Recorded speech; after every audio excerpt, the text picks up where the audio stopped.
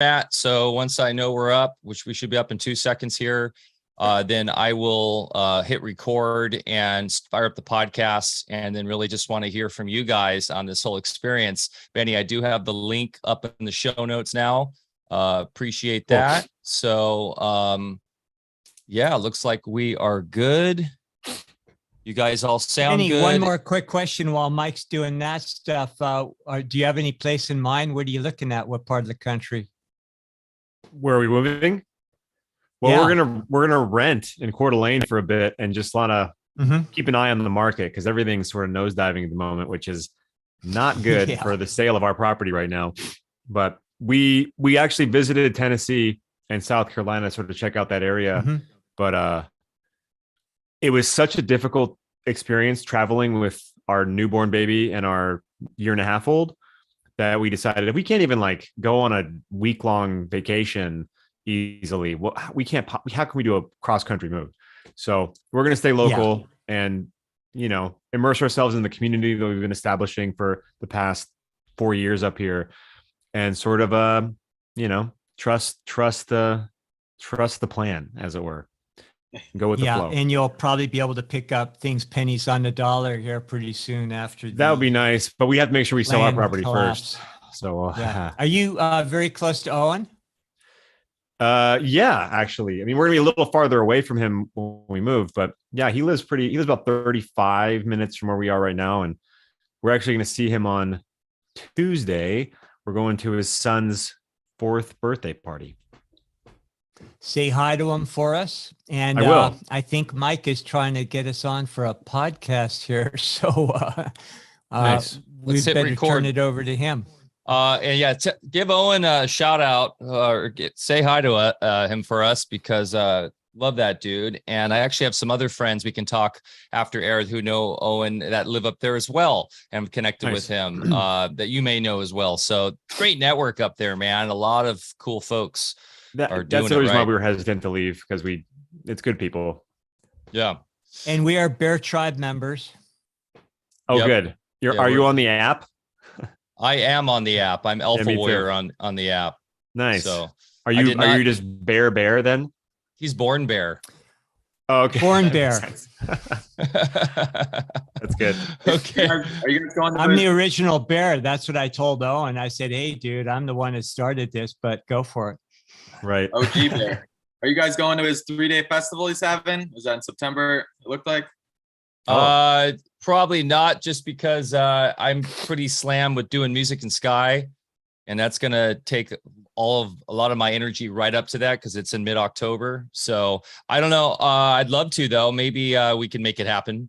That would be a really fun road trip. We could film it on the way up, and that's what I wanted to do earlier this summer, because Tom Barnett was talking about coming out and visiting Owen, but then the floods hit and all that, and he's got to just hold it down in Oz. So, but yeah, that would be cool. Are you going to try to go, Jason? I don't think so. I actually just got back from Red Pill, and my friends wanted me to go to the next one. I don't know if I'll be able to go to that either. But well, you should try to come to Music in Sky in October, my friend. We'll see. We'll try to make it happen. Okay, I'm going to hit record, guys, and we'll get this started. 1 second.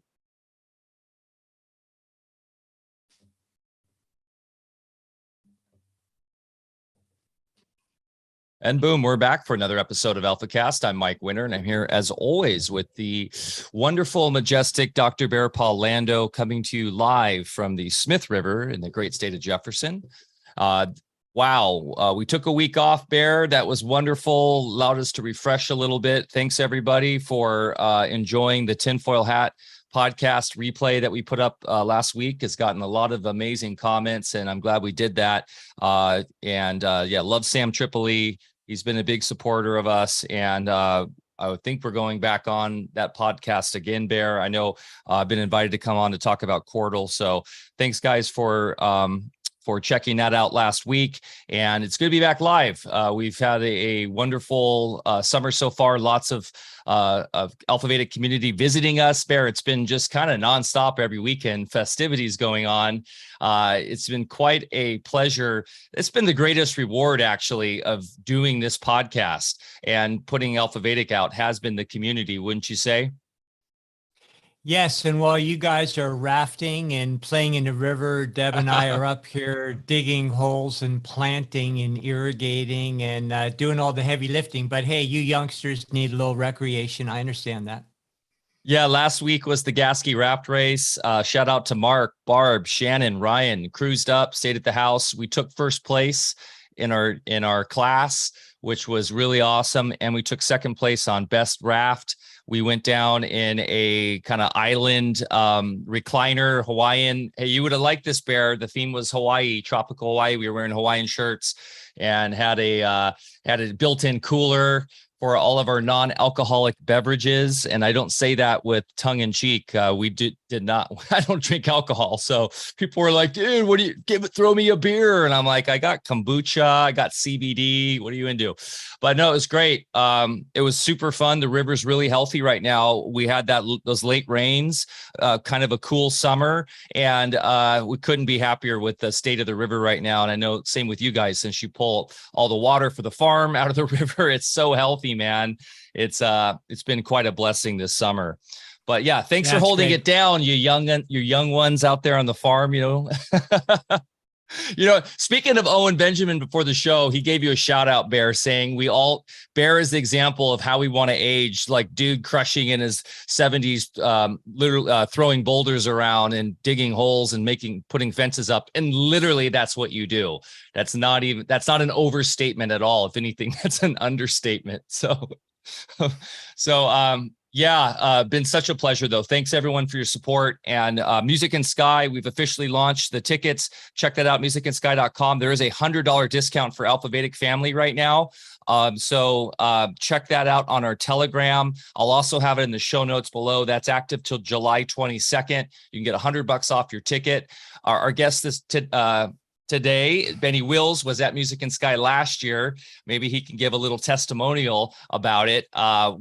We're just constantly making it better, experience, more family focused, and just overall, the community, once again, is what makes that so special. So check that out, musicandsky.com. Finally, for those in our co-op, we will be announcing our law workshop. That is August 21st. That is a private law workshop retreat.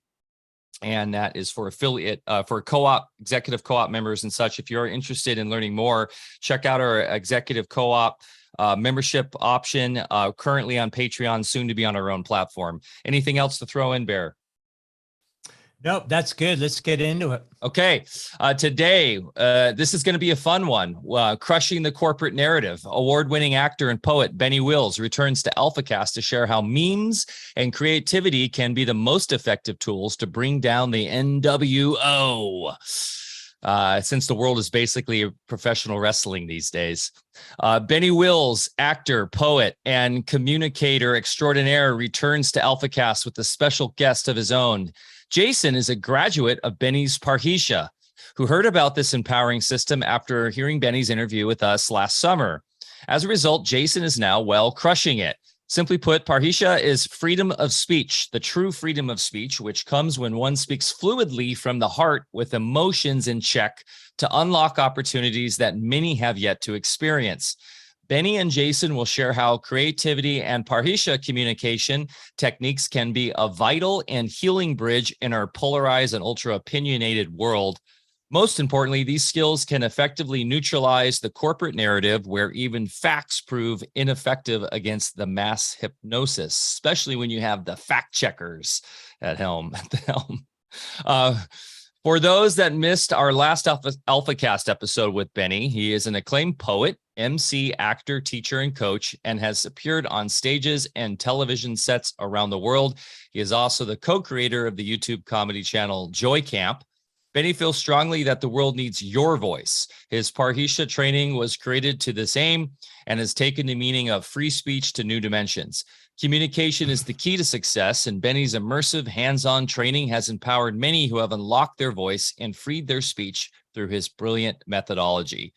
Lando, another really fun topic and actually very practical and important topic for these times, huh? Yeah, a vital topic, because what these gentlemen bring to the table is a way to bridge the communication gap. You know, we're on the verge of, well, not on the verge, we're in World War III, you know, and people think, oh, was it going to start? It's like, well, it started before World War I, actually, as part of the original design. And of course, what we're losing here is not a real war. It's a propaganda war, and it's a war for our minds. And they've got everybody so confused and triggered. You know, we've got a whole generation that doesn't know whether to squat or stand up.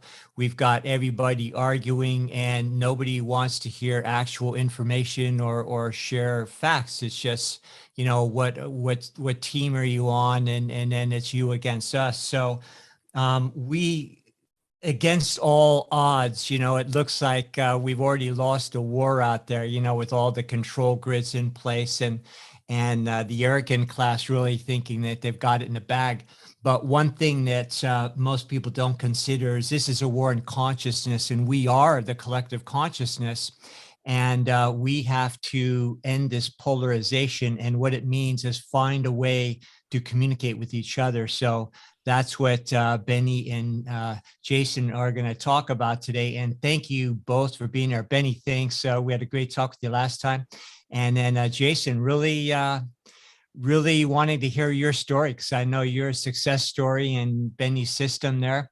And you're out there, as we said, crushing it. So, oh, Benny, I wanted to, before we get into it, and you know, what we really wanted to do is hear about what you guys are up to. But I just heard briefly that HBO is doing an anarchist episode there, or a series. Yeah. And, you know, I was on that as a speaker on the virtual stage for 2 years in a row. And I know you were there. So I haven't kept up with those guys. I haven't watched the HBO series. So what's up? Is that like a hit piece on? Is that a hit piece, or is it actually a legitimate documentary? And what all went down with that? Yeah, well, good question. I'm hoping it's not a hit piece. I mean, the episodes, there's only been one episode so far. There's 5 more left. I'm optimistic about it because I know the filmmakers. The people who made it were at Anarchopulco. I think every year I was there, maybe even a year that I wasn't there. And I've spoken to them personally. They were producing an independent documentary over the course of those years. They were calling it Stateless when they were filming it, and they were able to get it picked up by HBO in the last year. And as far as I know, I mean, they say that they had final say on the edit. And I think that's why I'm optimistic. But it's HBO and it's Hollywood, so I can't help but be skeptical. I'm from Hollywood. I've worked in that business. I hate to think that HBO will probably have final say no matter what they tell the people, but hopefully it's not going to be tampered with, and hopefully it's an actual, just honest, you know, documentary. I think HBO probably picked it up because it ends in tragedy. That's my guess. A couple people who were featured in the series are not alive anymore, and I think that probably added that sensational, you know, dramatic element that HBO probably is feasting on. Because if you watch the trailer, it certainly doesn't paint it in a great light, but the first episode was really honest and good, and I'm really curious to watch it. I'm also obviously curious to see how much I end up in the documentary because I was there. I mean, I started going in 2015. I was there in 17, 18, 19. I was the MC in 2020. So yeah, I'm curious to see how much of my footage they use. They use a clip of me in the trailer, which is interesting, but hopefully they use a little more than that, because all I say in the trailer is F the government. And I feel like my work's a little more, I don't know, a little profound than that sentiment, but it's interesting when Babylon is talking about something that's trying to get out of Babylon, right? And I'm so out of Babylon, I didn't even know this existed. That's wild. HBO, right. the leftist channel. They are a propaganda machine, just like every tentacle of Hollywood.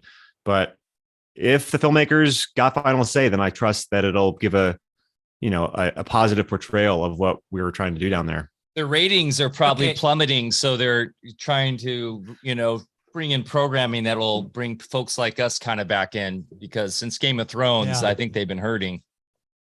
Yeah. So, thanks for that. See. Thanks, Benny. I appreciate it. I was just kind of curious. I'm so curious. So curious. Yeah. I can't believe it. I can't believe that yeah. Anarchopulco is being featured on HBO. Like I hate to say it, I don't want to bring up controversy, but I've heard from Little Birds that there are certain controlled operatives behind that event, and that it was kind of a honey trap from the beginning. And I'll leave it at that. So yeah, I don't know. I mean, I've been pretty intimately involved with that situation since the beginning, and that may be true, but I never saw that firsthand. And I know a lot of people are suspicious, but my experience with Anarchopulco is actually pretty genuine through and through. And even the people that have been accused of being, plants, my experience with them was totally genuine, and I'm going to trust my gut on those encounters as well.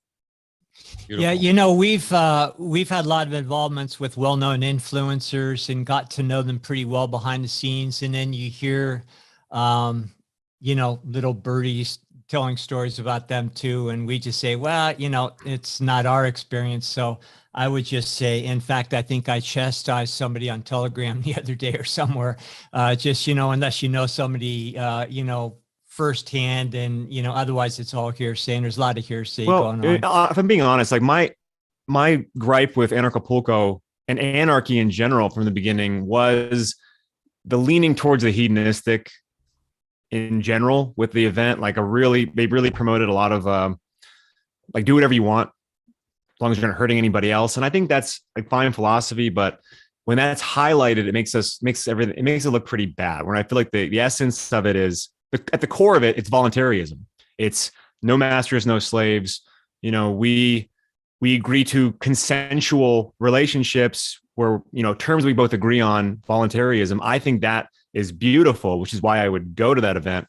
And then there's, an element of it that becomes a little too radical as far as partying and drugs and stuff like that. That's what I've heard.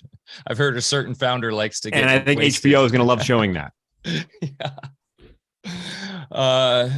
Well, yeah, there needs to be a bit of this. Thursday. I was just going to say there needs to be a bit of the sacred, right? The divine, bringing that in, like that wholesomeness. And there's that too. Yeah. But I think that HBO is going to be like, look at how they're, look at how crazy and wild and dangerous they are. I mean, unfortunately, the guy who organized the event, who they're featuring pretty heavily, died of alcoholism. Like he died of liver failure, and he had 3 kids, and that's not a good look. I mean, and it sucks because he's a great guy. Like I really like this guy, Nathan. He was awesome. And he ended up, paying the ultimate price because he couldn't get his vices in check. And I'm sure HBO is just like, yes, let's promote, so it's a double-edged sword. So thanks. Benny, let's hear your story about what you've been up to since we talked to you last, how you're changing the world out there. I know you're really doing good things. And let's hear what Jason's up to there too. So how do you guys want to start? Well, I want to first say thanks for that introduction. That was an amazing sort of overview of Parrhesia and what my intention is and what we're doing. And I want to take that and use it because it was so well written and well said. So thank you for that. Thank you. And in the last year, I mean, Parrhesia has really taken off. I've done 2 seasons since that interview. My personal life has really been a roller coaster. We ended up getting pregnant right after that. So probably like 1 year ago this month. So now I have 2 very small boys. I have one, he's actually 3 months old as of yesterday. And my other son is 1.5 years. So we have 2 infants in diapers, which is really intense. I'm not going to lie. Like that's been my life, just babies for a long time now. But it's all, it's also really beautiful and wonderful and awesome. And I mean, we built a house, we moved into it, and then we decided it wasn't for us. So now we're selling. So we're moving again. And my personal life's been pretty crazy, but everything else has been really awesome. And the personal life's been awesome too, but just been really, it's been a strange path this last year. Yeah, I think the course is going great. The last couple of years have been strange and wonderful at the same time. Well, yeah, it's been a graduation of sorts. And it's interesting that the COVID pandemic stuff is like the parallel that it represents in my life is very interesting because we got pregnant with our first son the same month that the lockdowns hit. So the same time that the whole pandemic was being pushed is when we got pregnant. So my wife got increasingly more pregnant as things got more and more weird. And having a kid has forced me to grow up in a way and become more mature and become more responsible and be less selfish in the exact same moment where the entire world is sort of changing its in its energetic state. So it's been everything changed on a dime essentially in March 2020. And my personal life is a direct reflection of that. Yeah, we're all going through it. My wife and myself always reflect it. When we had our kids a long time ago, because our kids are in their 40s now, the world was pretty free and easy. We did a lot of things that in hindsight, I don't know how we could accomplish them today with the climate, the finances, everything else. And so, yeah, we need to come full circle because the next generation has to be able to enjoy what, we were able to do and accomplish. And I think that's what we're all doing here today is to, put our heads together and say, all right, how do we change this narrative? And that goes into your area of expertise. So how do we do it? Right. Well, of course, on my angle is communication. And again, what's interesting about that is I'm teaching people or helping people do shit. I'm not teaching, I'm helping people communicate more efficiently and effectively. And at the same time, I'm learning how to communicate effectively and efficiently with a toddler, which is an interesting experience. It's a whole different kind of communication. So that's my biggest hurdle right now is how do I communicate effectively to a person who's just learning words?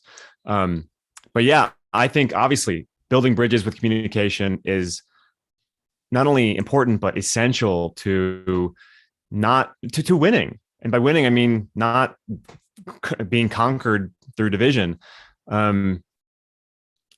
We are living in this polarized state. We're living in a horribly divided time where opinions can get you ostracized and where we're losing touch with people we really care about over opinions. Like it's ridiculous.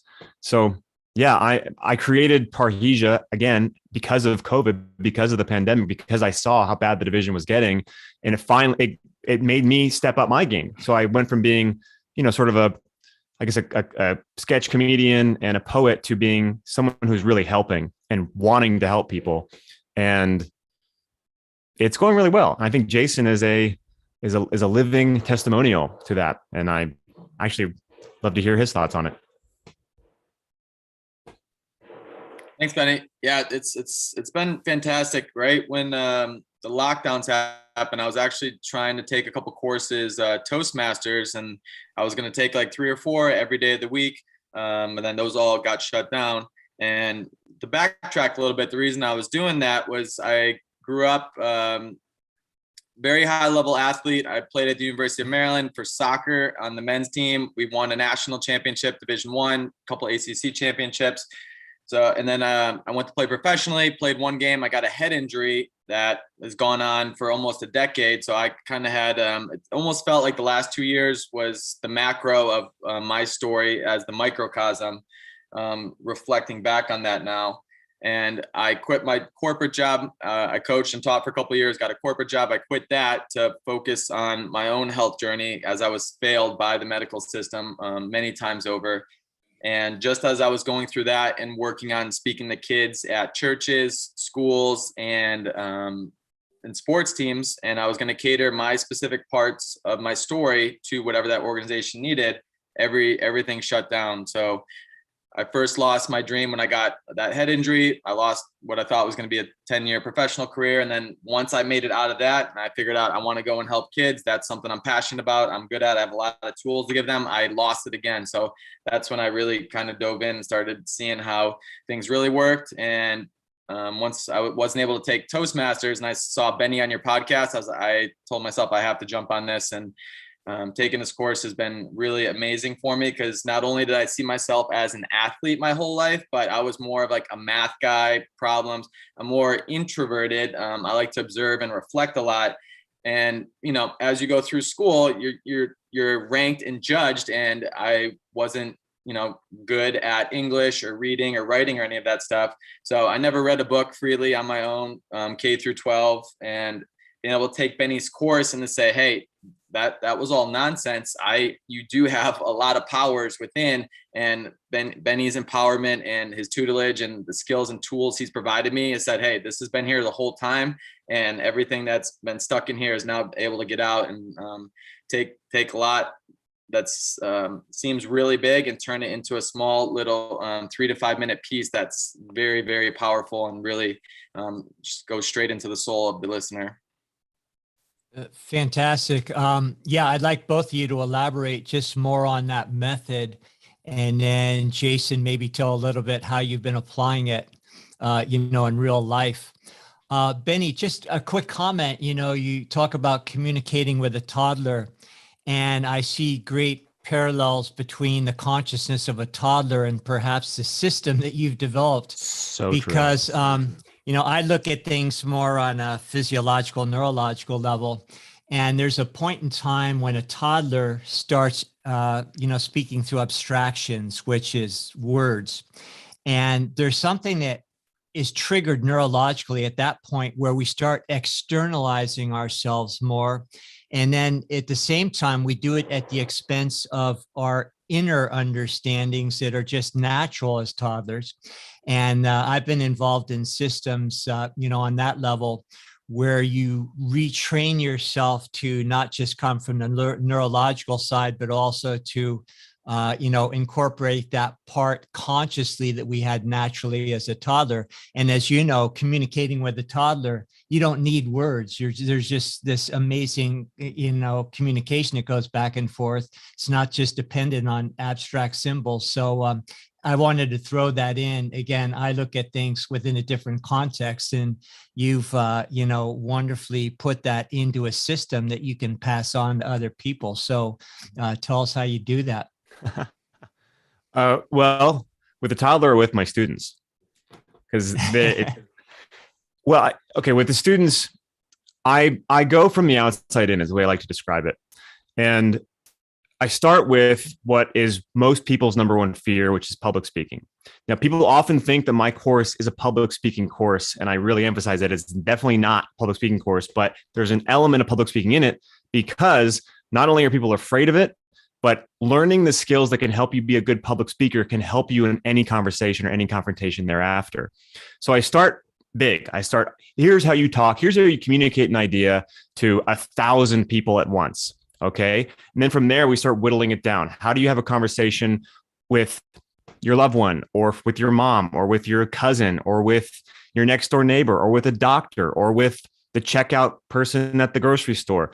And how do you handle yourself in confrontations where truth, where you're being asked to represent truth in a moment where there is someone who is perhaps, espousing something that is something you disagree with? How do you handle yourself in that situation? How can you communicate in a way that won't further the divide between you or from them, or between them and the topic you want them to understand? And then from there, it goes into creativity. So how do you express yourself creatively? How do you use your voice to through some creative platform that can reach people? Because I know from personal experience that creativity can reach people in ways that conversation or presentations can't. And I use the medium of poetry for the class for obvious reasons. I'm a poet for one, but also because poetry is an easily accessible artistic expression. Not to say that poetry is easy, but anyone can play with words. Whereas you want to be a guitar player, you're going to have to learn how to, play some chords. It's going to be a little more challenging, but words we all have, and words we can all play with. So I use poetry as a way to help people find their creative voice, and then let it, and it's off to the races. They can do whatever they want. But, Jason took the poetry aspect with it and ran with it. And it's been really amazing for not only me, but all the other students to witness as well. So Jason, tell us how a mathematician type of brain turns into a poet. Yeah, like I said, I think it's like that was how I perceived my identity. I think it was probably always there, but like I said, I was more introverted. I like to observe, so I was just slower to take things in and to get it out. So I maybe didn't, when you have to keep up with the curriculum and everyone's got to be on the same page, no one's left behind, there's not enough time for maybe how I like to learn or to create things to really allow something to flourish. So I think a lot of that's always been in there. And then just taking Benny's course allowed me the different tools, and through the method of poetry to, like you said, play with words and ideas and to put things out there. Both it's been very powerful, and it's also been healing in a lot of ways for different things that I've held in to get them out in these creative manners. And part of the writing and creative aspect that I like is, I feel like if you are raging against the machine, so to speak, that empowers the machine or the system, whichever system it is. And same thing if you're glorifying it or you look at your prophets as deities, that also empowers it. So I like to think about what I want to say, but also the emotion I want to lead people with. And I feel like making people laugh or making people cry and like really get those emotions to move through the body is a very powerful way. And when you do it in a creative way, it's a little bit softer and it's not direct. Like if you just tell somebody, this is what I want you to believe, they already have their program, shield goes up. But when we do some of our pieces, it just wraps around you in a different way and you don't really know how to deflect it based on your programming. And hopefully later, like Benny says, we try to go into conversations not with the end goal of changing their mind, because then that puts too much focus and control on us. And who are we to say that we have to do that in the moment? So we're just about spreading the ideas. And then hopefully that person later will ask some of these questions themselves.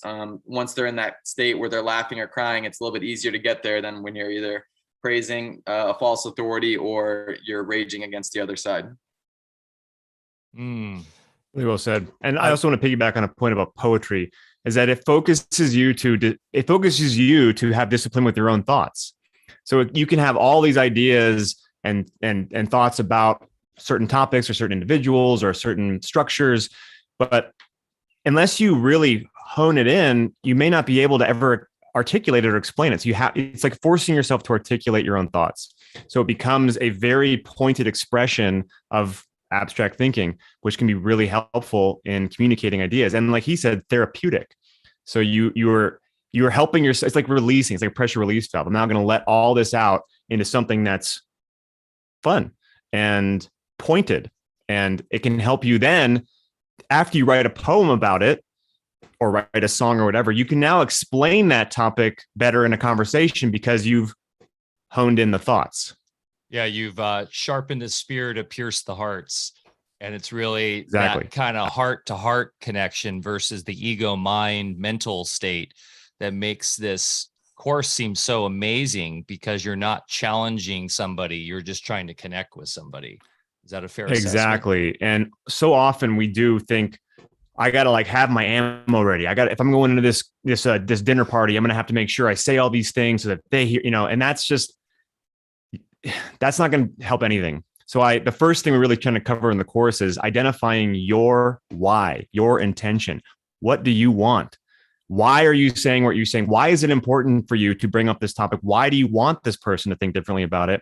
Understanding your own motivations, your own intentions before you embark on these difficult conversations. And that will really help. And if your goal is to change their mind, well, you probably want to rethink your intention, because that's not a very strong one and it most likely won't work. That's not to say that someone's mind can't be changed, but if that's your intention, you're destined to fail.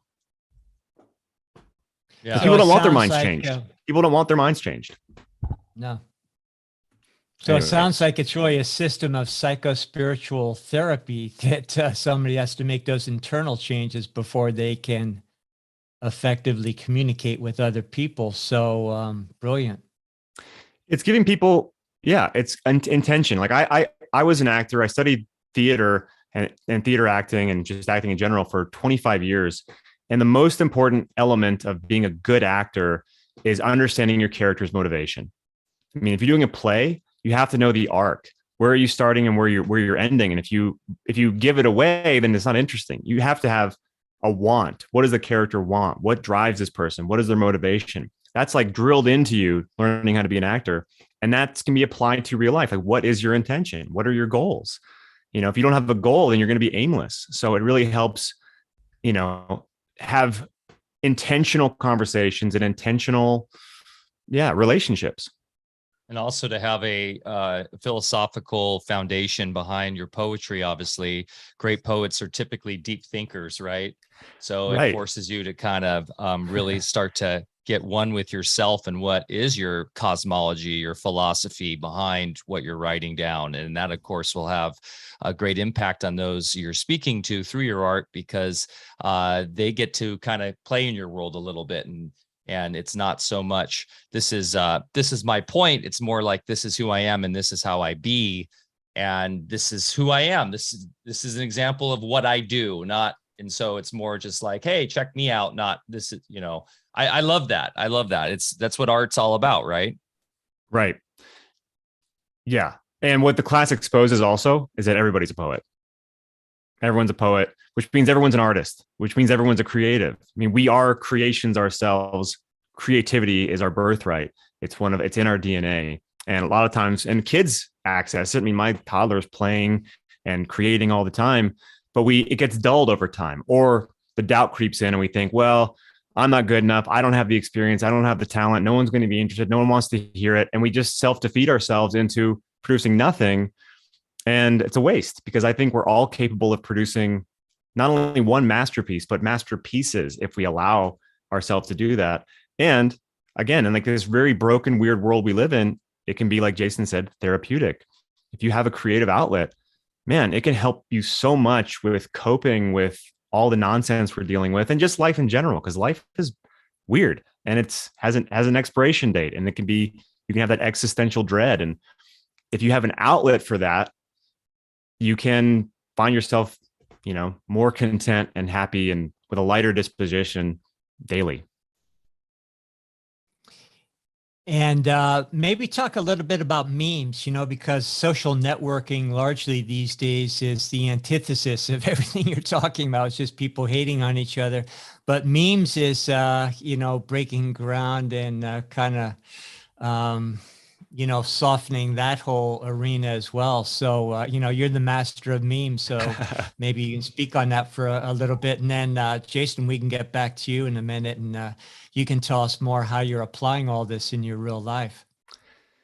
Well, I love memes. I think memes are the best thing on social media right now. I think memes are I think they are actually helping us in the war on truth, because it's so easy to capture a double standard and sort of illogic in a meme in a funny way. And I'm all about, my process has always been, how do you distill things down to their simplest essence? Like, rather than in like focusing on the details, how do we get to the core of this issue? Like, what's the simplest way I can explain this? And a meme does that in usually a hilarious way. Just one image, a few words, and you're like, there it is. That encapsulates the entire thing. And of course, I'm a fan of that. My son's banging on the door. And then social media is a trap. Social media is more or less a trap for communication. People argue, you lose relationships. There's no humanity. It's just your avatar. It's just type words. And a meme can sort of save you from getting into a fight on the internet. And it can also help spread truth. Yeah, it's a quick visual representation of objective truth, because we know the denizens of the three-letter agencies, for instance, are trying to say we live in a post-truth world now. Exactly. And because they're pushing subjectivity as a means to, of course, propel communist manifestos or whatever they trying to centralize planners are trying to do. And they require this idea that, and now everything's subjective truth, right? You can be a man inside a woman, inside a baby goat. I don't know. But the idea, of course, is that the truth is that there is objective natural law, objective reality. And these memes are just brilliant, quick little ways to slap you in the face and remind you like how ridiculous reality has gotten based around these concepts. Exactly. Yeah. So you do a Monday meme show. Yeah. And every Monday, 100 episodes as of this coming Monday, my 100th episode, which is really trippy. But wow. Yeah, I love doing it. Yeah, it's called Meme Monday. It's on my YouTube channel, which also means it's on my BitChute, my Odyssey, and Brighteon. But Yeah, I collect the week's best memes, and the memes really tell the story. I didn't realize, actually, to be honest, like the significance perhaps of what I'm doing until I made my best memes of 2021 video. Because looking back on the year, the memes in real time capture what's going on in the world. You know, all these, because the news just comes and goes, and there's so many stories that just pop up and then they're gone forever. And when you review it, you're like, holy cow, like this is, remember this? And the memes really encapsulate. So the show is really encapsulating these crazy clown world times we're living in perfectly. It's the collective consciousness kind of coming forth through it as stamping in the Akashic record, if you will. And yeah, it's important to review this stuff because you're right. They're pushing. What's the next story? What's the next story over here? You know, and move on. We keep moving forward, faster to where we're like spinning out and forgotten all the insanity they pushed on us the last 2 years, exactly. For instance. Yeah. All the details, the details of the deception and the strangest, which is just like perpetual fear. I mean, it's just the perpetual fear machine.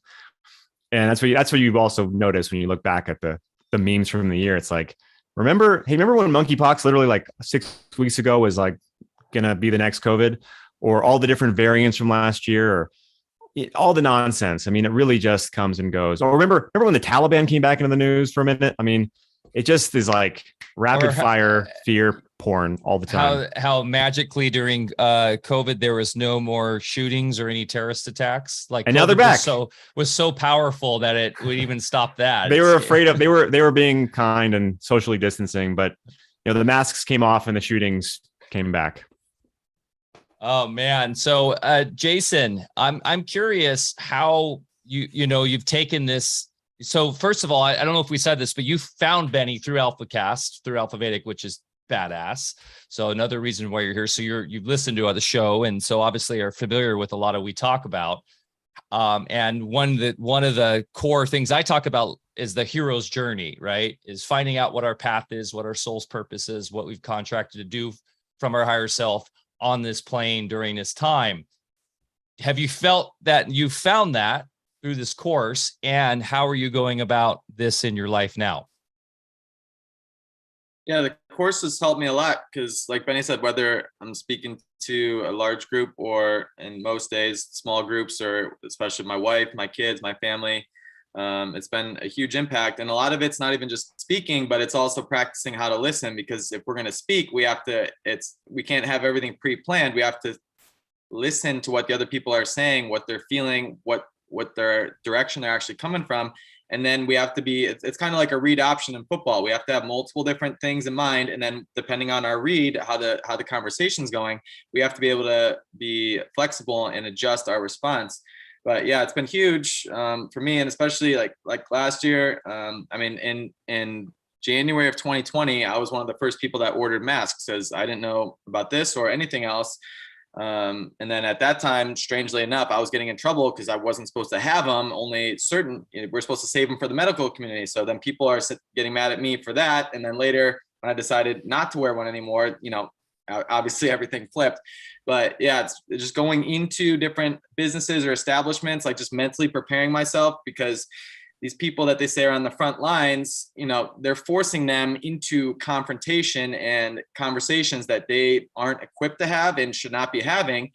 So each one of these people, they're either expecting somebody to obey them or to, confront them in a loud, aggressive manner. And I did neither. So I just went in, prepared myself, and, this picture of God just putting this bubble of love around me and just calmly telling them no, explaining myself. And then once they didn't see the program go in the dichotomy that they were expecting, then I could inform them of why I'm not doing that. You could do what you want. This is why I think you should check into it more. So it was able to allow me to find a third way and to talk to people. And hopefully some of them have broken through and found some more truth, become curious and ask questions on their own time. So are you doing any public speaking or have aspirations for that? How do you plan to move forward with your new skills in the future here? Yes, I definitely do. That, like I said, that was my plan when I quit my job in December of 19. And that's since then I kind of been staying at home with my two boys. So I'm trying to figure out how to get back into that, whether it's through eventually creating a course similar to Benny's, creating my own channel like you guys, podcast. And yeah, I'm definitely love to do public speaking and presenting. So just right now, it's hard to try to chase my two little guys around and to do that at the same time. So we're trying to find ways where I could have time to carve it out and start building that future that my wife and I want, and what I think is gonna be best for our family, to be more flexible in a variety of ways and to give back all these tools and knowledge, not just to share my story just because I want people to know me, but to use my story because we communicate in stories. If we just tell people facts, they could forget them. But if you tell a story and then you go, oh, here's the realization of the tool or the fact that led me to, they're going to carry that story with them. So it's much more powerful that way. I'm using my story just as my means of communication to say, this is why I know what I know. This is why I was forced to advocate for myself, to become my own researcher, to be in charge of my health. So later when I share things, they could reflect back to my story and be like, oh, he went through all this. This is why he knows this. And then again, be able to speak in a creative way that either makes people laugh, cry. And another thing that I like to do is ask questions a lot, because if I pose it in a question, the brain naturally wants to learn and think and answer things versus stating a fact. So it's almost a way to get a point across, and then I don't want to say trick people into learning or using their brain more to think, but that's another little tool that through Benny's class that I picked up and used. You know what would be an amazingly powerful thing, and because of your background, which I really appreciate, in professional sports, is to really reach out to professional athletes, because they need a lot of help these days. Back when I played, it was a whole different thing. Locker rooms were very inappropriate. It's just guys being guys. We all had fun with each other. It was the original melting pot of people from all racial backgrounds, and we all got along great, and we've all been lifelong friends, raised our families together. Now, all of a sudden, you have a polarization, even in, sports franchises, and highly politicized. A few years back, a guy from the Chicago Bears reached out to me, and just said, hey, can you help me put together a program? This was, all the pre-COVID and everything. But, our whole intention was to bring tools to these athletes that were having a hard time transitioning from professional sports when their career was over, into, the rest of their life. But now what's happening with professional athletes is even worse. They're being weaponized against everybody else, being used as political tools. And wouldn't it be a wonderful thing if you could reach them in some way so that they are no longer used, but also use their voices, which are heard by a lot of people, in a positive way for the change that we're all, wanting to see, and what they think they're standing up for in the first place, but, being used. So do you see anything like that off in the future? Yeah, I mean, a lot of my friends are still playing. I've had former teammates that have been on the national team, played in World Cups, and then also friends in professional sports and different sports. But yeah, it's a huge thing. And in the end, we all know it's not that these people, our friends, are evil, but it's that everyone has a good heart, and the people that are in control of different narratives are using that against them in a variety of ways. And whether that's through the next contract they're going to get, money, endorsements, there's a lot of different ways, and people all want to help. So the biggest thing is just helping them maybe question what their preconceived notion is, if they've challenged it, possibly looking at a different way to go forward. Because like I said, everyone knows something's wrong right now, but they don't know exactly what it is. And it's hard because people don't want to, in terms of politics, if you admit to something wrong, you feel like your team's going to lose points and then they're not going to get voted in, you're going to lose power. But as one of my pieces I put together, part of it was me admitting how I played into that. Although it was their fault, it was my responsibility to fix it. So it's calling them out in a funny way, but also admitting, yeah, I fell for this. And it's like, in the end, it's like, why am I embarrassed to fall for these tricks that for people to have tens of trillions, hundreds of trillions of dollars of wealth and assets? Like, no, that's something that's easy to admit. Once I admit that, I say, I want to know the truth, and then just off to the races from there. Mm-hmm. So Benny, where since we've seen you last, where has your program? I know we talked at length our first episode, but you've, I'm sure, seen a lot of your clients, along the way progress and everything. So, and everything, of course, is not static, and I'm sure your program is evolving along with the time. So, what changes have you seen happen internally for yourself, and where do you see this morphing to? Great question. Well, I've noticed that some people really like the program so much that they want to keep doing it, which is really cool. A good testament to, I think, me and what the class has to offer. I mean, Jason is a part of a graduate workshop that I established after last summer's season, which I never anticipated doing, but it's called Parrhesia Pro, and it's available to graduates only. And I only created it because the graduates wanted it. So we've been working together for a year now, which is pretty incredible. I never anticipated that.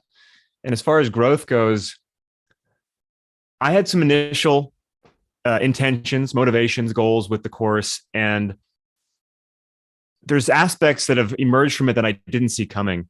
And while I sort of pitched the course as a way to have the impossible conversation, to me, that's just this much of it. And that's important. Be able to handle yourself in a moment of confrontation is necessary. But the cooler aspect is unlocking your voice in a way that can attract people to you, which I think is probably even more important. I mean, let's face it. I mean, community is where it's at. Like, you want to be surrounded by people who are thinking similarly to you. I'm not trying to say that everyone needs to think exactly the same way about everything. Like, that would be boring. But finding people who are thinking similarly to you, like-minded people that you can build with and laugh with and create solutions and alternatives with, like, that's more important than confronting your sister-in-law. It is.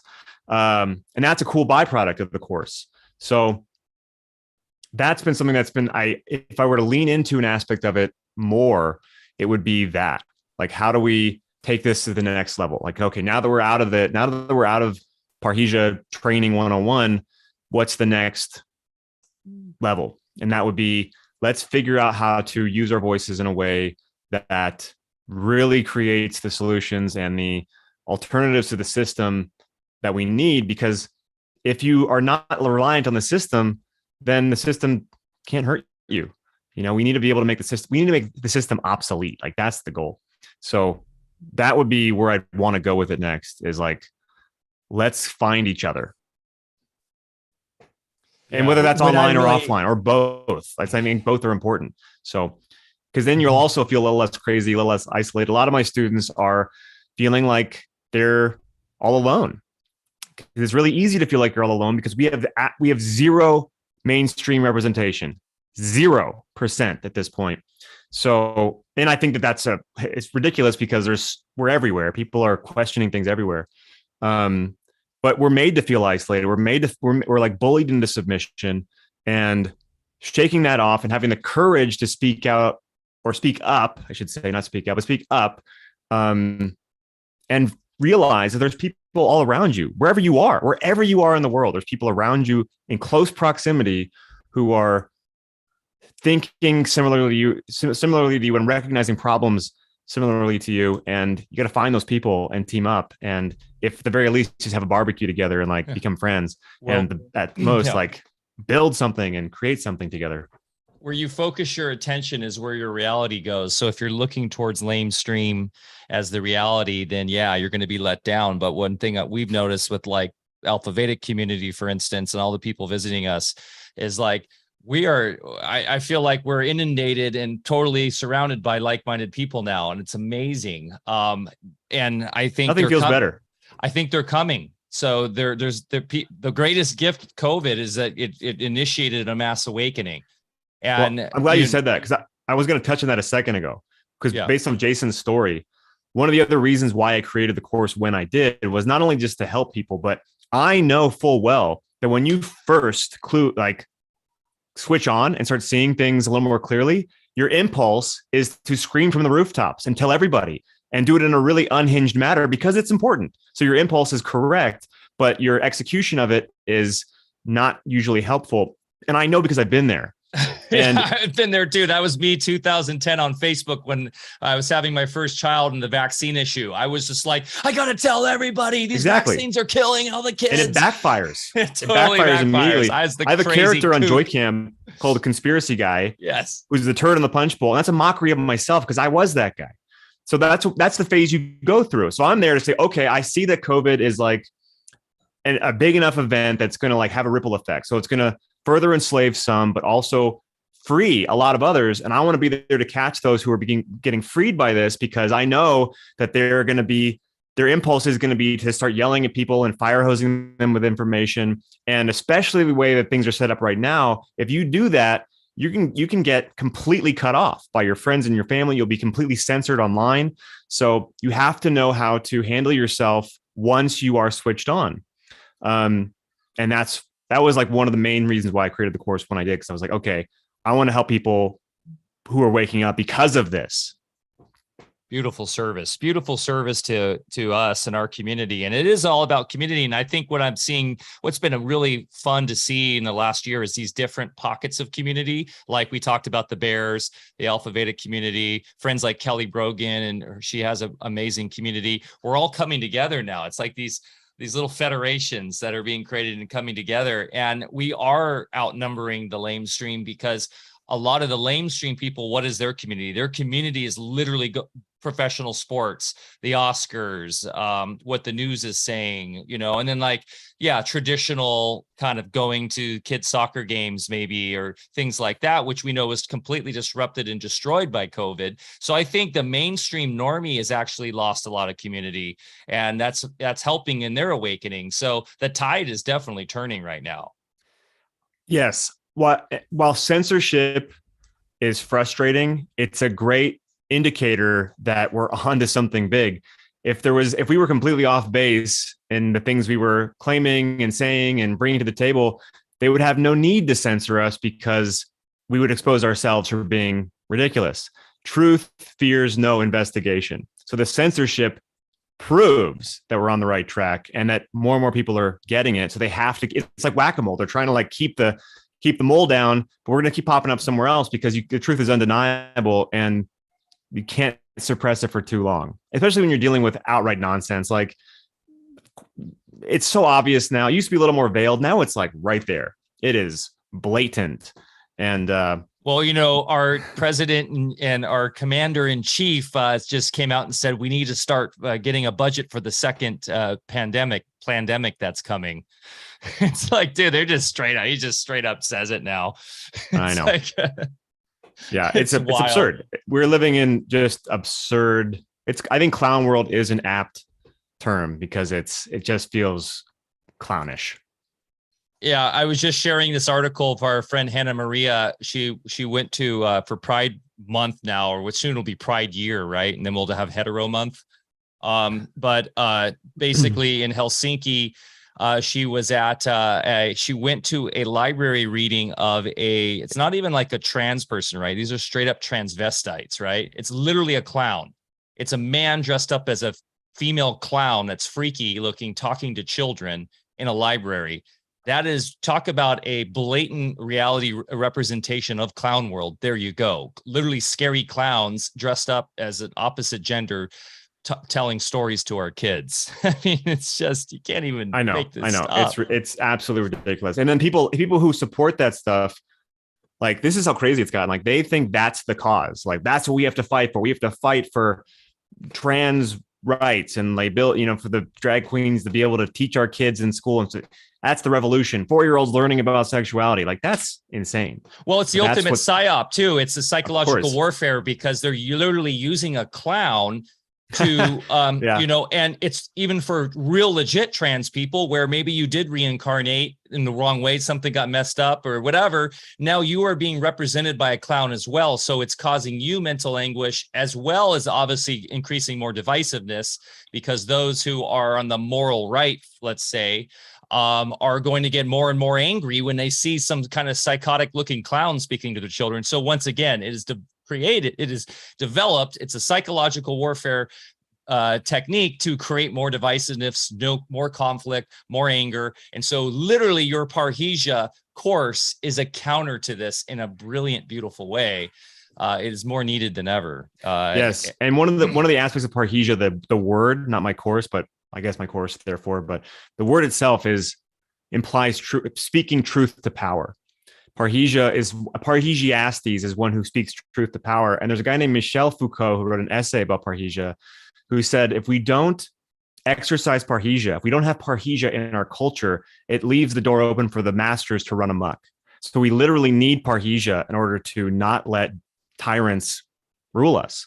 And I think it's convenient and not a coincidence that the word Parrhesia has been lost from our lexicon, because it not only does it imply free speech, freedom of speech, but how to speak truth to power. Yeah, it's the court jester. That was the role. I think we talked about on the first Alfacast, you know, keeping the king in check. Super important. Yeah, the fool in Shakespeare is always the smartest character, and he's funny. And it really reframes freedom of speech. You know, I think freedom of speech, First Amendment, to most people just means being able to blurt out whatever the heck you want to blurt out. But what it really means also is losing that emotional impulse to have to speak, you know, whenever you get triggered for some reason. So it goes in both directions. And that's a whole different dimension in free speech. I don't think most people entertain at all. Right. Yeah, well, just like, I mean, real freedom, I think, is found through discipline, and the same can be applied to speech. So you can think that speaking your mind is really you being bold and taking action. But if you don't have like a deliberate approach or like an intention behind it, it's really not going to help anything. So having some discipline in your freedom of speech will help you become a better communicator. Well, I think the word discipline itself triggers everybody out there that still has daddy issues, but discipline definitely is the opposite of slavery. Agreed. I think, well, yeah, I think I've definitely come around to that true freedom comes from discipline, and it's been flipped in the mainstream so that freedom comes from doing whatever you want, whatever you feel. That's actually slavery, because now you're a slave to all your impulses. And it's also violence. And discipline does not at all connote something that's very rigid or controlled. Absolutely. It's just having the ability to willpower. Yeah, exactly. Self-control, self-ownership, if you will. Yeah. Anyway. And I was just gonna say this to Benny, you know, the free speech idea of just being able to say whatever you like. Well, then you're just repeating what the system's doing, because in that way it can be very much like violence. You're now being violent with your words, and it's not voluntarious in that sense, right? It's like, so what you're really created is a voluntarist approach towards communication where it is nonviolence. Yeah, in essence. Yeah. And I don't think we don't get taught how to communicate. There really isn't a way of learning communication or even vocabulary or how to speak in general. So and especially now with this like emotion-based reality where everything's emotional and we believe things because it emotionally feels true. We need some help. We need some communicative advice. And there's also like language reduction because of social media. But yeah, there's never been never been a time with more need for better communication than there is right now, in my opinion. Well, at least in my lifetime that I've seen, we need to be able to communicate, because opinions should not get you ostracized from your family. So Benny, a second ago, there's something you wanted to get back into. I just want to make sure Jason gets to share a poem or two, because I was going to ask. He's incredible. I was definitely going to get to that and ask him to do that. I guess we could do that now. Jason, did you want to share some of your poetry? Sure. Let me pull it up here real quick. All right. The first one is called The Truth. I'm going to put this This says authority. So this is about, I'm going to portray an authority figure trying to contemplate and wrestling within themselves what to do with the truth. The truth, the whole truth, and nothing but the truth. What am I to do with something so powerful as you? Do I lock truth up and throw away the key? Keep truth in a safe, a monopoly, or little old me? Do I stand next to truth, back straight, tall and erect? Is truth that fragile that it needs me to protect truth from those with suspicious eyes? Do I manually separate truth from lies? Dress truth up in a fancy disguise? A sexy outfit, perhaps, to be televised? What about trick plays like misdirection? Look here, no there, the ultimate deception. Use bread in circuses to keep the masses contained? Maximus, the peasants, are they not entertained? Do I leave truth wild and free for every man, woman, and child to see, to question, to test, and to inspect it, while us chosen ones take but a short respite? Should I employ a middleman to convey what the truth actually has to say? But shouldn't truth be able to speak for itself? Or did truth lose its tongue when it comes to your health? Should I hire checkers of the facts or a payroll of people to go out and attack those who dare to question the story provided? Can a people ever discern truth if divided? The truth. What am I to do with something so powerful as you? Should I monopolize you or decentralize you? Do I show faith and trust in the people or look down on them as simple-minded sheeple who must be corralled and told what to do? I think I know about me, but what about you? If I hold in my hands the absolute truth for future generations, I know what I would do. But now again, I must ask, what about you? Brilliant. That was awesome. I think you have an unlocked talent then, my friend. Can you do one more, Jason? Can you do one more? Yeah, I'd love to hear more. Laughing at tyrants. Sorry, real quick, go ahead, too. Mike. Where are you publishing this too? I want to put this in the show notes to make sure people can come support you. We'll get into that at the end, but are you, what do poets do now these days in terms of publishing and putting work out? So far, I haven't. The only place I put it out is in Benny's Parrhesia Pro class, so I haven't done that. But yeah, again, eventually, I do want to have a channel where I both put out my poetry and speak freely with Parrhesia on different topics. But I have not done that thus far. This is the first public outside of the course place that I've done my poetry. Maybe some of your poetry can get into the Bears magazine, because Owen puts out a magazine. That could be cool. But the written word in an actual book, right? Like, this is important that we keep doing this. So that's why I bring it up, like figuring out a way to self-publish or whatnot, because I feel like reading the written word printed on a book, especially poetry, is like there's an alchemy involved with that. That's really powerful. So yeah, definitely long term. I do. Yeah, once I have, I don't know how many, but I would like to make a poetry book for collections. And then for some of these, I also want to do, I want a visual movie to go along with it, whether it's like a music video or something. So I think the visuals are very powerful to actually see somebody in this example to struggle going through it, so to speak. And then at the end, I took this off. They said, yeah, I'm not your authority. I'm not ruling a master over you. I know what I want to do with it. So I see both the word of the Parrhesia with a visual, I think, is powerful. So I want to eventually find somebody who could help me with that as well. Beautiful. Let's hear another one. So this Laughing at Tyrants. Okay, this is actually the very first poem that I wrote. So I came out of the gates pretty hot with this one. So this is, I'll explain what it is after, but this is called Laughing at Tyrants. When you see them in the streets, brash and bold on the TV screens, start laughing at tyrants. Anybody who claims authority over you, mentally collect them like Pikachu. Start laughing at tyrants. We've been trained to call them the leaders of the free world. Ha! But they're nothing but tyrants. The state's got a monopoly on violence. No longer will I sit in silence. The emperor has no clothes. Obama led the league in threes, dropping bombs from deep. Is this freedom or am I asleep? Start laughing at tyrants. MLK stated, I have a dream. Physical violence I don't condone. Obama looked over with a twinkle in his eye and said, but I got a drone.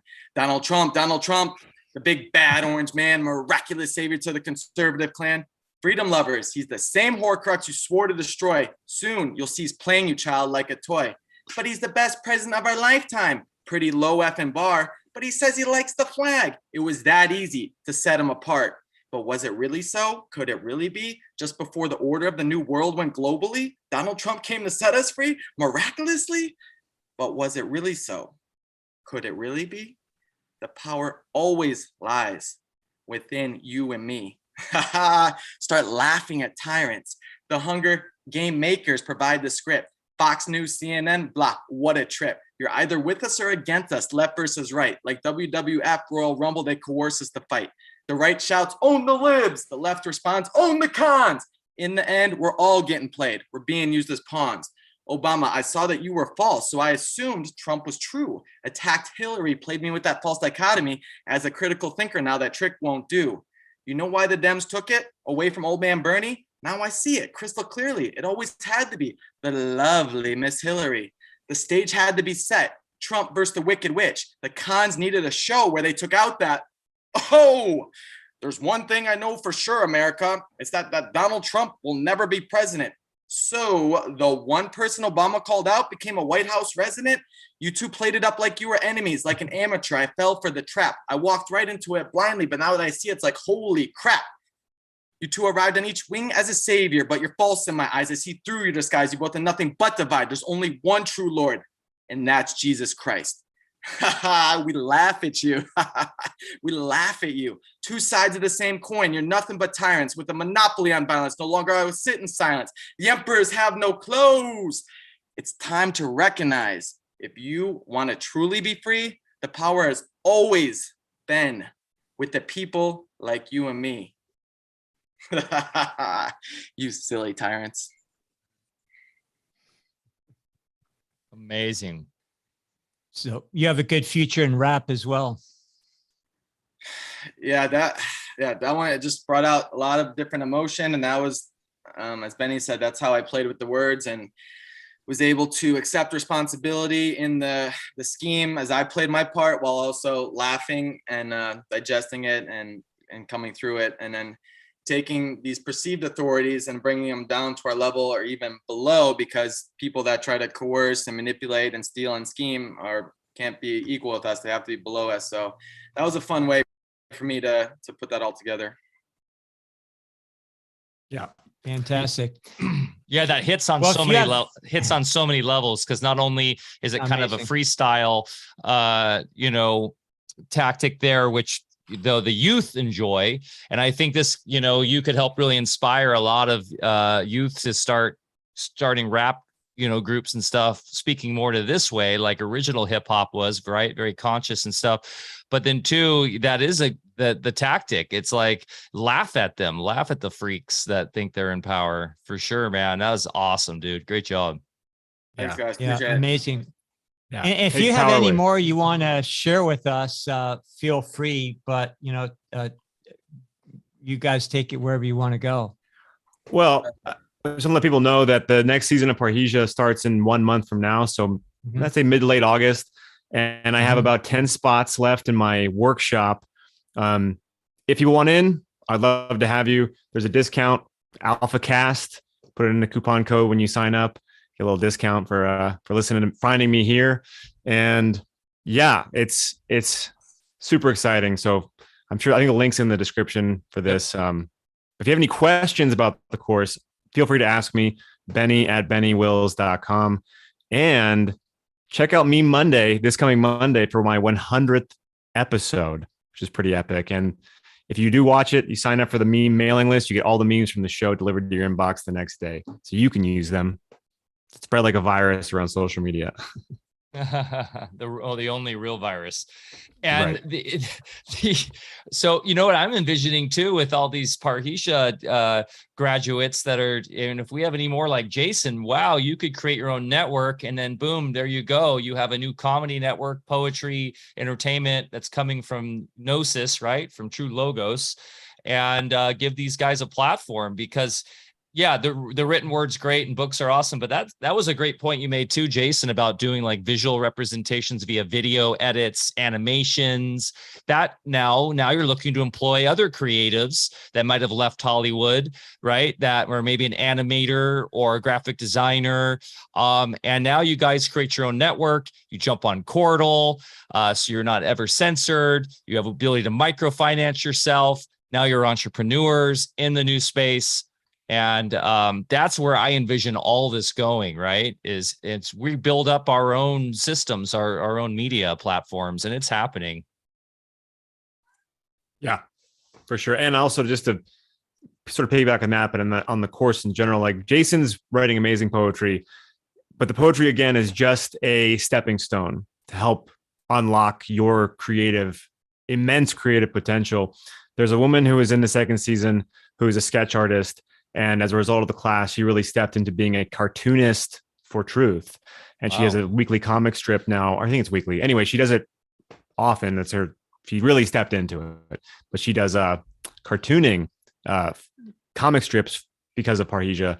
And so the poetry just gets you to where you need to be so you can go off and do whatever you need to do to express yourself.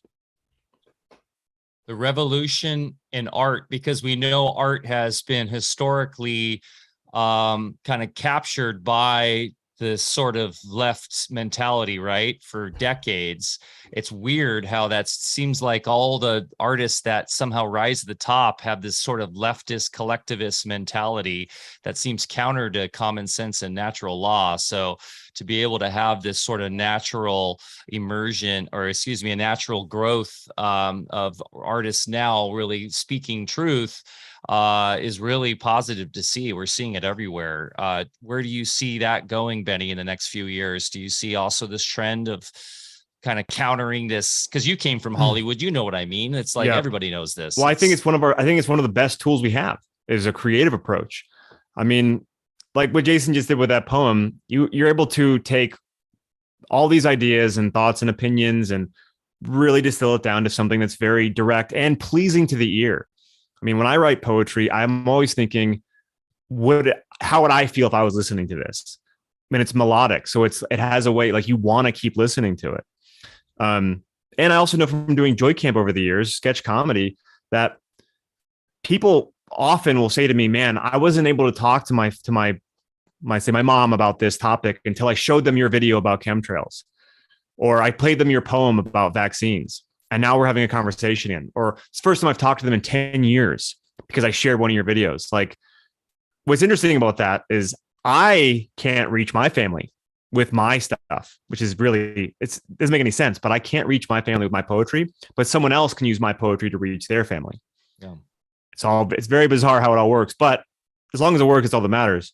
So I think that in order to really, I don't want to say, I hesitate to say win, but for lack of a better term, win, we have to really, we have to not forget that we have creativity as a tool, because it's one of the most important and one of the most effective tools we have towards getting our friends and family and fellow man to actually see what's going on. And to take power away from the tyrants, like Jason just said, laughing at the tyrants. Take power away from these people. These people are weak. All they have is propaganda and, lies to convince people, and fear mongering to convince people that things are the way that they say they are. But these people are weak. I mean, can you imagine if Bill Gates came to your door with a vaccine in his hand? Would he be able to get away with sticking it in your arm? Absolutely not. I don't even know if he could lift it with this little weak puppet. Well, that's what hands. I mean. Take power away from them. I'm constantly looking for ways to take power away from these people. And when you're laughing, you're not afraid. Yeah. Amen to that. And when you're creating beauty and coming from a place of love, it's the same thing. And Absolutely. poetry comes in many forms, and a lot of us are adapting lifestyles that conform more to natural law. And magic really starts happening then. So I think just that example for a lot of people, watching how beautiful lives can unfold when you're in that natural state versus what most people are undergoing right now. So just brilliant. Jason, I'll be a regular follower of yours from now on. So brilliant work. Thanks, guys. Really appreciate you having me on. And once I get things up and going, I'll definitely reach out through Benny and let you know where I'm at, and maybe we can collaborate and connect on a couple things as well. Fantastic. Yeah, feel free to join us on Telegram. For those listening, t.me/Alfa Vedic. There, you can share your poetry and allow our community to enjoy it that aren't catching it here, because it's fun, man. It's fun stuff. People really will dig it. When Benny performed at Music in Sky last year, that was one of the highlights for me, because it was really cool to see people kind of get lit up by your poetry. It really does work in an amazing way in a public forum like that, when you're on stage speaking poetry like that to a group and seeing the magic unfold in front of an audience is really cool. It's like stand-up comedy in many ways, right? It's a great art form. One of my favorite musicians of all time in bands growing up were the Doors. And of course, Jim Morrison, he considered himself more a poet than a rock star. And there's probably a reason why he was installed to kind of lead, as we go deeper into that, we understand where he kind of came from.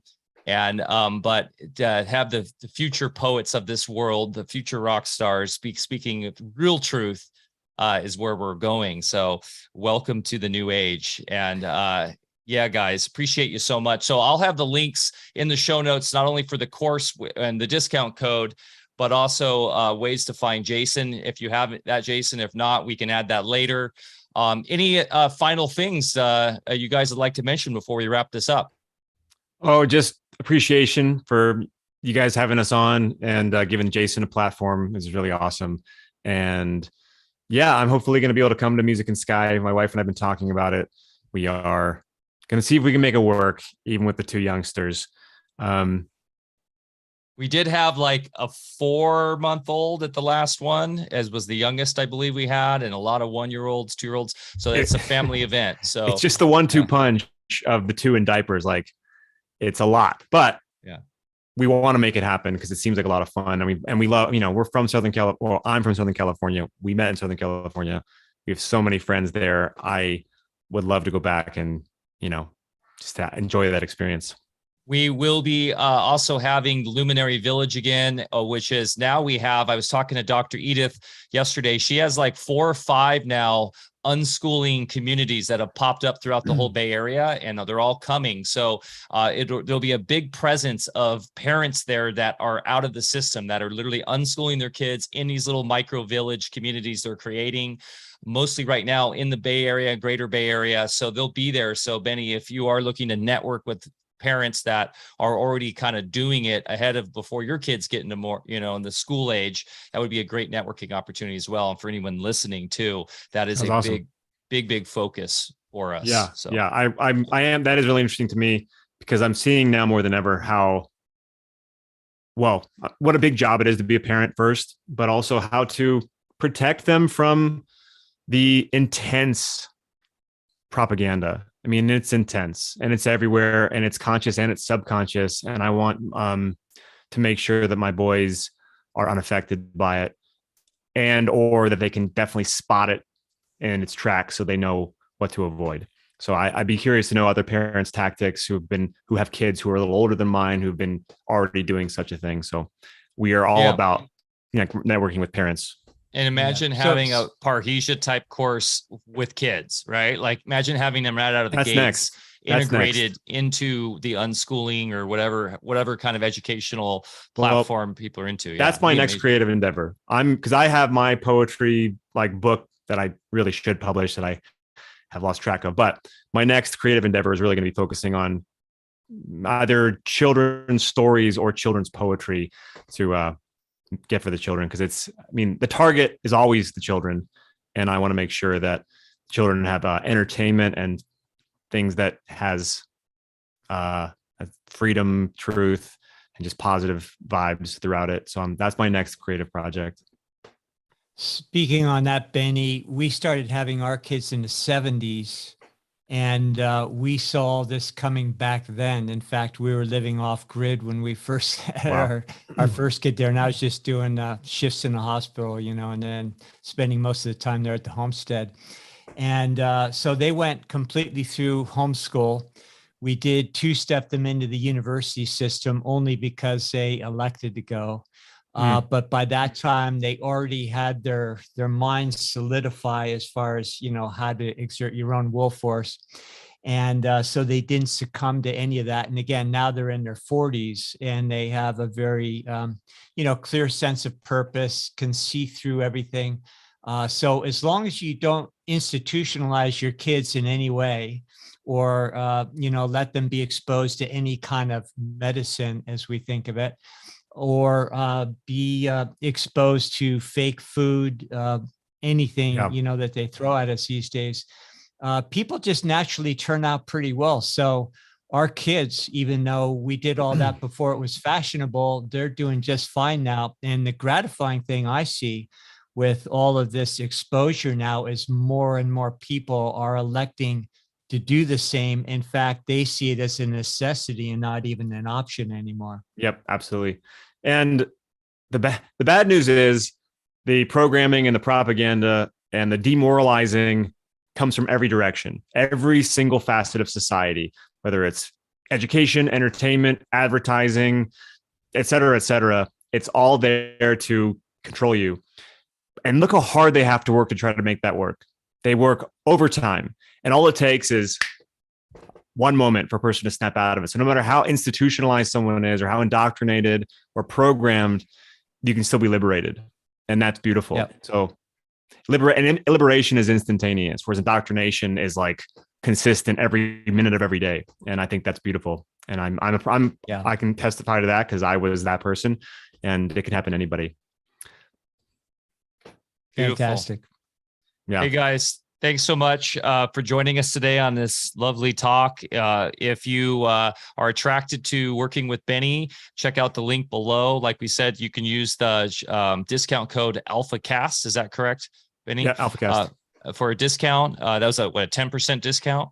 Mm-hmm. And it sounds like something I would love to do, man. This would be incredible. And if you can make it out to Music in Sky, maybe you could do a micro workshop if you're into that. I'm into it with the community, because this is valuable stuff.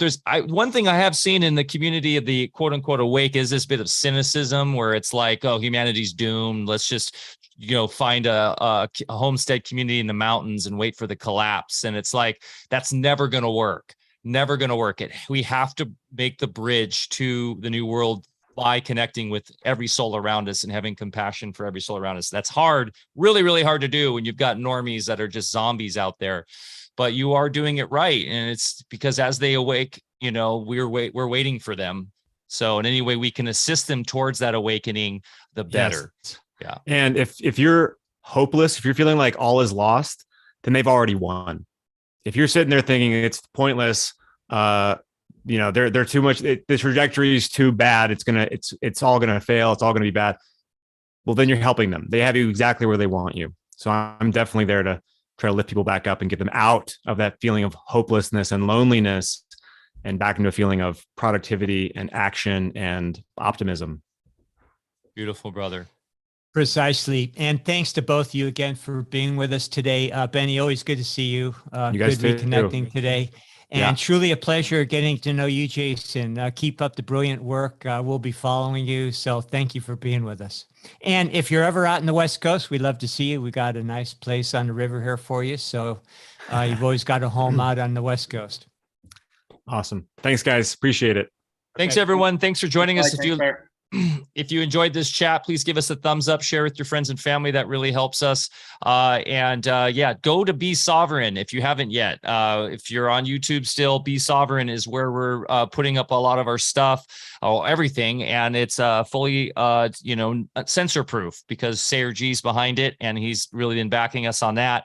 And then, of course, we're on Odyssey as well. And this also comes out as an audio podcast. So feel free to definitely support us on Patreon. As of now, we are getting off that platform very soon, but patreon.com/Alfa Vedic. And then, of course, on Discord at alphavedic.com/Discord. And then all of our products are available at alphavedic.com. We love you guys. We will see you next week. Cheers. Oh, and I forgot to almost say, remember to get outside, get nature, get your feet dirty in that dirt, go out and plant something. Really, that is the best way to get back in touch with yourself and everyone around you. Love you. See you next week. Bye.